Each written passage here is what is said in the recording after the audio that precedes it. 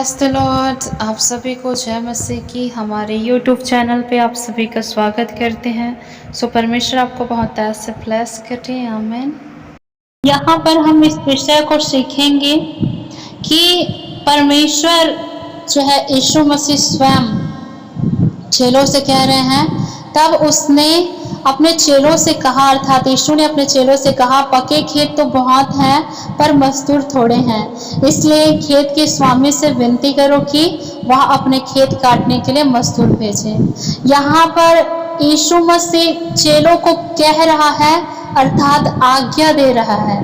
मतलब यहाँ पर हमें ध्यान करने की आवश्यकता है। जिस जगह यीशु ने किसी विषय को करने को कहा, किसी विषय को वहाँ पर आज्ञा दिया, तो वहाँ पर हम बहुत सारी चीज़ों को सीख सकते हैं, एक गहराई को देख सकते हैं कि यीशु ने कब ऐसे मुख्य बातों को कहा।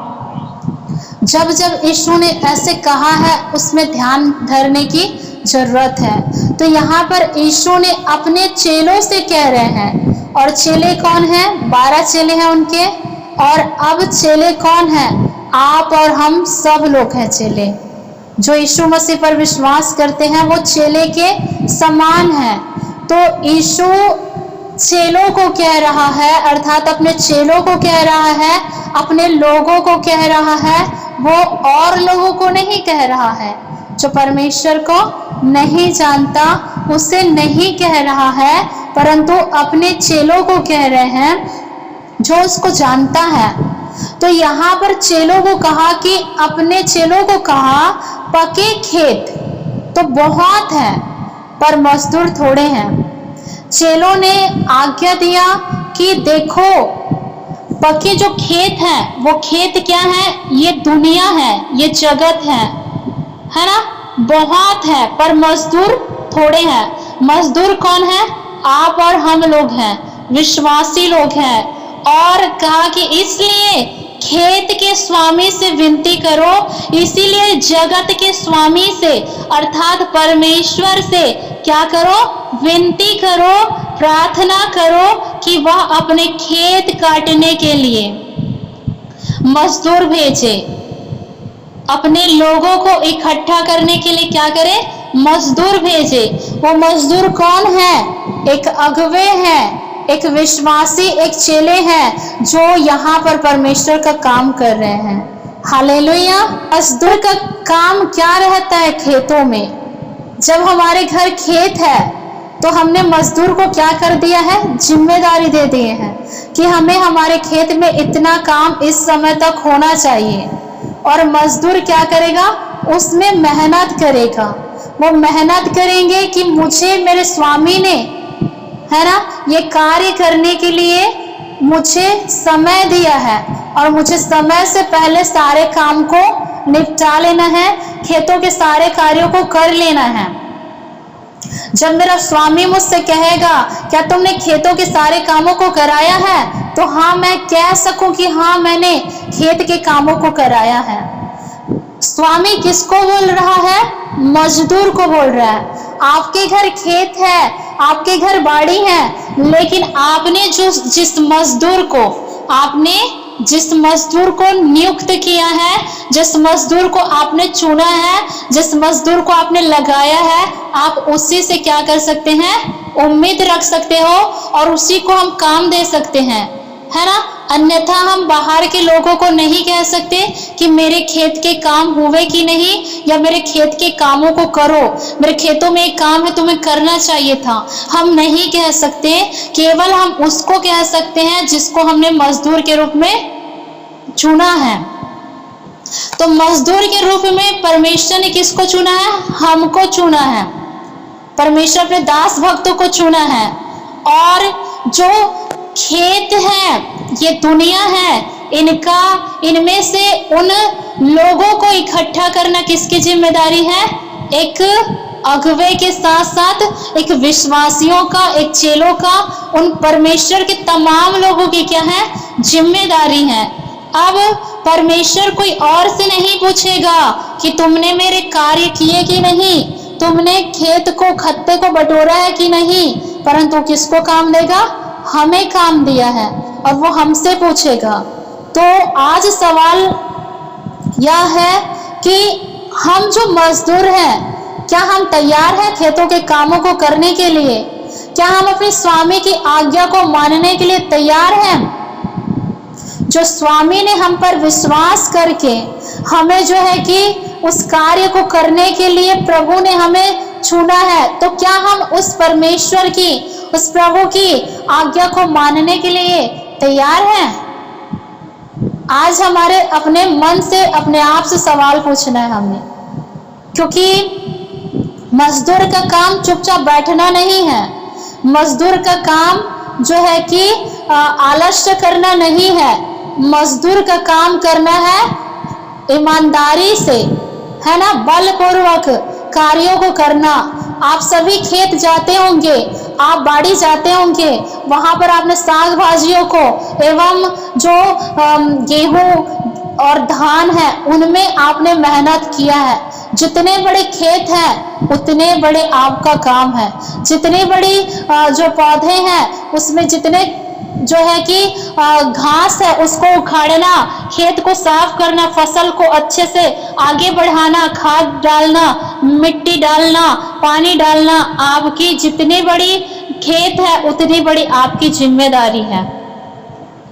आज जो परमेश्वर ने हमें जिम्मेदारी दिए हैं, हमारे काम कितने बड़े हो सकते हैं, क्योंकि कहा कि खेत, पके खेत तो बहुत है परंतु मजदूर थोड़े हैं। अर्थात खेत के स्वामी से प्रार्थना करो कि वह खेत काटने के लिए मजदूर भेजे। जितना आपका खेत बड़े हैं उतने आपको मजदूर की जरूरत है। आपका स्वामी जान रहा है कि अगर मैंने 10 लोगों को भेजा है और ये खेत का कार्य जो है 20 लोगों से हो सकता है, तो क्या करेगा? वो मजदूर बताएगा स्वामी को, कहेगा कि स्वामी आपने 10 लोगों को नियुक्त किया है इस काम को करने के लिए, लेकिन इसमें 10 लोगों की और जरूरत है। जब एक मजदूर बताएगा स्वामी को, तो स्वामी क्या करेगा? जाओ 10 लोगों को और मैं भेजता हूं, अब तुम 20 लोग मिल करके इस खेतों के कामों को अच्छे से करना। तो यहाँ पर जिम्मेदारी किसकी है? खेत के स्वामी की नहीं, परंतु किसकी है? मजदूर की है। हालेलुया। और मजदूर चुपचाप से बैठे रहेगा तो कभी भी वो खेतों के काम को नहीं कर सकता। मजदूर आलस्य करेगा कि चलो मुझे खाना खाने की छुट्टी मिली है, मैं खाना खा लेता हूं, लेकिन खाना को पचाने के लिए, खाना को इधर उधर खा करके और टहलने के लिए थोड़े से और सो लेता हूँ, थोड़े से और ऐसा कर लेता हूँ, तो कभी भी नियुक्त समय में वो मजदूर अपना काम नहीं निपटा सकता, क्योंकि उसके मन में आलस्य आ गया। वो अपने काम को पहला नहीं, अपने आप को पहला स्थान दे रहा है। और वही मजदूर हम हैं जिस काम के लिए परमेश्वर ने भेजा है। क्या हम उसके लिए ढिलाई करते हैं? क्या आलस्य करते हैं? क्या हम चुपचाप से बैठ के देख रहे हैं कि हमें तो जिम्मेदारी मिली है, आज नहीं तो कल हम अपना काम कर लेंगे? क्योंकि स्वामी इंतजार नहीं करेगा अपने खेतों का, क्योंकि एक समय है कि खेत का फसल पक जाते हैं और उसको काटने की जरूरत पड़ती है, उसको बटोरने की जरूरत पड़ती है। स्वामी आपको नहीं कह सकता कि तुम अपने मर्जी से काम करो, परंतु स्वामी क्या कहेगा कि तुम मेरे खेत में मेरी इच्छा और मर्जी के अनुसार से कार्य करो। तो इस आयत से हम क्या सीखते हैं कि जो फसल है वो बहुत है और मजदूर बहुत थोड़े हैं। मजदूर बहुत थोड़े हैं, इसलिए खेत के स्वामी से अर्थात परमेश्वर से क्या करना है? प्रार्थना करना है। हालेलुया। फसल जब पक चुका है तो फसल क्या हो जाता है? जैसे हम खेतों में देखते हैं, जब फसल को हम कट नहीं करते हैं और वो पक जाता है, वो फसल परफेक्ट हो जाता है, तो वो झड़ने लगता है, बर्बाद होने लगता है ना। तो किसान का जो स्वामी होता है उसका जिम्मेदारी होता है कि इसको जैसे उनका समय आता है इसको कटनी करके इसको खत्ते में बटोर लो, तभी आप सभी फसल को पर्याप्त आपको बीज मिल सकता है। तो वैसे फसल तो बहुत है परंतु मजदूर थोड़े हैं। इसलिए खेत के स्वामी से प्रार्थना करो, अर्थात परमेश्वर से प्रार्थना करो कि वह अपने खेत में काम करने वालों को भेज दे।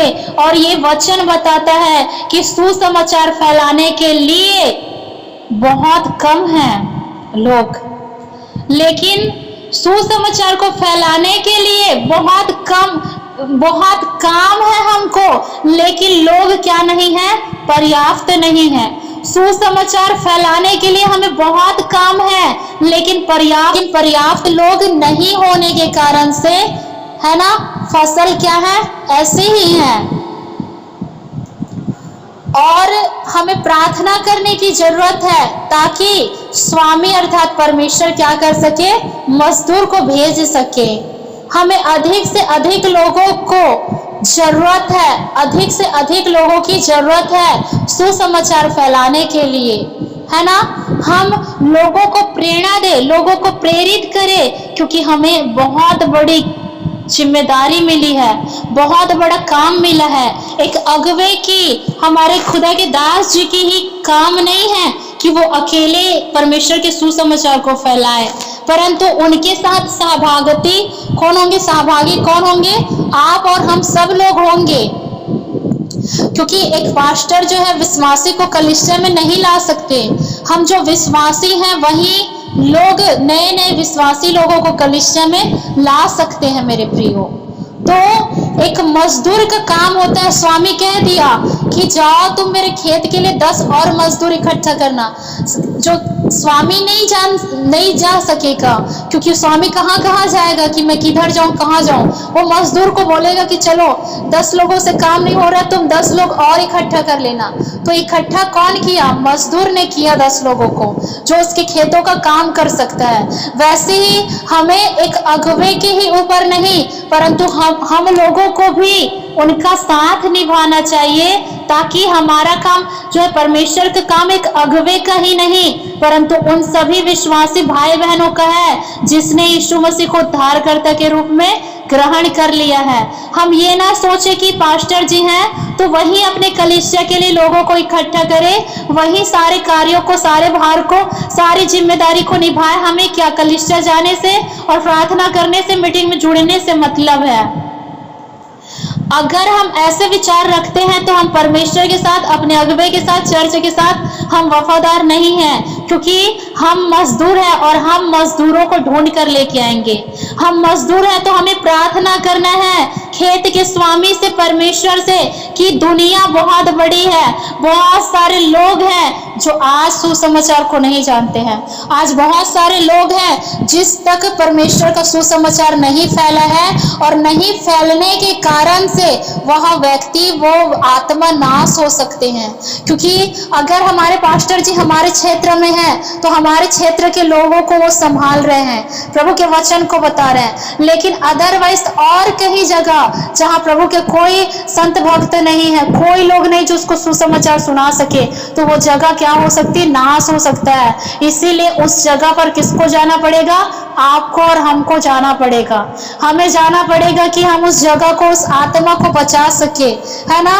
एक ही व्यक्ति अपने सब जगह को संभाल नहीं सकता है, परंतु घर में सदस्य ज्यादा होने के कारण आपका कामों में हाथ बटा सकते हैं। वैसे ही परमेश्वर से प्रार्थना करनी है कि सुसमाचार को फैलाने के लिए और भी लोगों को, और भी रूह को, और भी आत्मा को दे, क्योंकि बहुत सारे लोग हैं जिस तक आज सुसमाचार नहीं पहुंचा है मेरे प्रियो। यीशु अपने चेलों से बात कर रहे हैं, बता रहे हैं कि दुनिया में सुसमाचार फैलाने के लिए बहुत बड़ा काम है, लेकिन लोग क्या है, बहुत कम है, और इसे करने के लिए, इन्हें तैयार करने के लिए बहुत सारे लोगों की जरूरत है।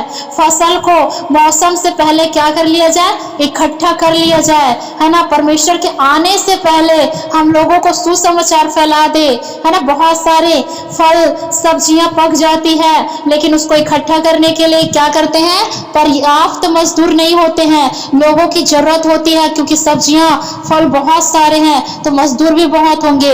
वैसे ही यीशु अपने चेलों को याद दिला रहा है, सिखा रहा है कि देखो, सुसमाचार फैलाने के लिए लिए कड़ी मेहनत करने की जरूरत है, परमेश्वर से प्रार्थना करने की जरूरत है। और अधिक से अधिक लोग जब इस काम में शामिल होंगे, जब हम उसको प्रेरित कर लेंगे परमेश्वर के सुसमाचार को फैलाने के लिए, तो यह एक बहुत महत्वपूर्ण काम है। हमें इसके करने के लिए क्या करना चाहिए? प्रार्थना करनी चाहिए। हमें यहाँ याद रहना चाहिए कि हम तो बच गए हैं, हम तो इस फसल को इकट्ठे कर ले रहे हैं, लेकिन इस फसल को इकट्ठे करने में हम अकेले ही पर्याप्त नहीं, परंतु हमारे साथ और लोगों की जरूरत है, और भी लोगों की मदद की, मार्गदर्शन की जरूरत है। तब जाकर हम सुसमाचार को बहुत लोगों तक फैला सकते हैं। बहुत सारे लोग जो है बचाया जा सकता है। बहुत सारे लोग परमेश्वर से प्रार्थना करें, है ना, कि अधिक से अधिक लोग हमारे बीच में उस जगहों में जाने पाए प्रभु जहां पर तेरा सुसमाचार नहीं फैला है। और जब लिखा है कि जगत के जो है कि छोर से इस छोर से उस छोर तक जब सुसमाचार फैल जाएगा, तब परमेश्वर का आगमन होगा। परमेश्वर का आगमन होगा जब पूरे जगत में सुसमाचार फैल जाएगा। तो मजदूर क्या है? बहुत कम है। और स्वामी से अर्थात परमेश्वर से हमें प्रार्थना करना है कि स्वामी क्या करें? परमेश्वर क्या करे? मजदूर को भेजे, ताकि हम सब इकट्ठा होके क्या कर सके? परमेश्वर के सुसमाचार को फैला सके। मैं अकेले ही इतने बड़े बोझ को नहीं उठा सकती, है ना, आप इतने बड़े वजन को नहीं उठा सकते।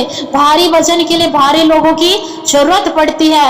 वैसे सुसमाचार को हम हल्के में ना ले कि छोटी मोटी चीजें चलो हो जाएगा, नहीं, ये परमेश्वर का काम है, बहुत बड़े काम है। और इसे करने के लिए बहुत सारे लोगों और बहुत सारे दिलेरी से भरे हुए, हिम्मत से भरे हुए, साहस से भरे हुए और महिमा से भरे हुए लोगों की जरूरत है, जो एक परमेश्वर के कामों को कर सके। आज हम संसार में देखते हैं कि लोग प्रभु को नहीं जानते तब भी अच्छा काम करते हैं, लेकिन क्या उसके अच्छे कामों से बचा सकते हैं? क्योंकि परमेश्वर की नजरों में उनके धार्मिकता मैले और चिथड़े के समान है, कोई वैल्यू नहीं उसकी। लेकिन वही अच्छे व्यक्ति जो संसार में प्रभु को जाने बिना अच्छा काम कर रहे हैं, आप जो परमेश्वर को जानेंगे और भी अच्छे कामों को करेंगे, और उस अच्छे कामों को करने के द्वारा, खुदा को जानने के द्वारा वो आत्मा बचाया जा सकते हैं। मेरे प्रियो, हम अच्छे लोगों से अक्सर प्रेम करते हैं कि ये भाई का स्वभाव अच्छा, इसकी आदत अच्छी है, ये अच्छा कर्म करने वाला है। क्या हम उससे चाहते हैं कि वो व्यक्ति नाश हो जाए? बिल्कुल नहीं चाहेंगे। हम चाहेंगे कि भाई बहन परमेश्वर को जाने। जब ये प्रभु को जाने बिना अच्छे कामों को, अच्छे कर्म को कर रहे हैं, तो ये परमेश्वर को जानकर ये आत्मा बचाया जाए। बहुत सारे लोग हैं जिसे को परमेश्वर को नहीं जानते हैं, और उन्हीं लोगों के लिए हमें बोझ के साथ प्रार्थना करना है खुदा से, खेत के स्वामी से, कि वह बहुत सारे मजदूर को भेजे। सो प्रभु इस वचन के द्वारा सभी को आशीष करे। धन्यवाद पवित्र पिता, जो कुछ भी आज आपने सीखने का मौका दिया प्रभु, इसके लिए धन्यवाद देते हैं प्रभु। खेत में परमेश्वर फसल तो बहुत है पिता, और खेत पक चुके हैं पिता, लेकिन मजदूर थोड़े हैं। वो खेत के स्वामी से अर्थात परमेश्वर से हम प्रार्थना करते हैं कि बहुत सारे लोगों को भेजे, क्योंकि आपका काम बहुत बड़ा है पिता, और कम लोग हैं प्रभु जो सुसमाचार को फैला रहे हैं। इसमें बहुत सारे लोगों की जरूरत है पिता, जो नए नए जगहों में से खड़ा करिए प्रभु, ताकि आपकी महिमा हो सके पिता। इस वचन के द्वारा आशीष दे, यीशु के नाम में मांगते, आमीन।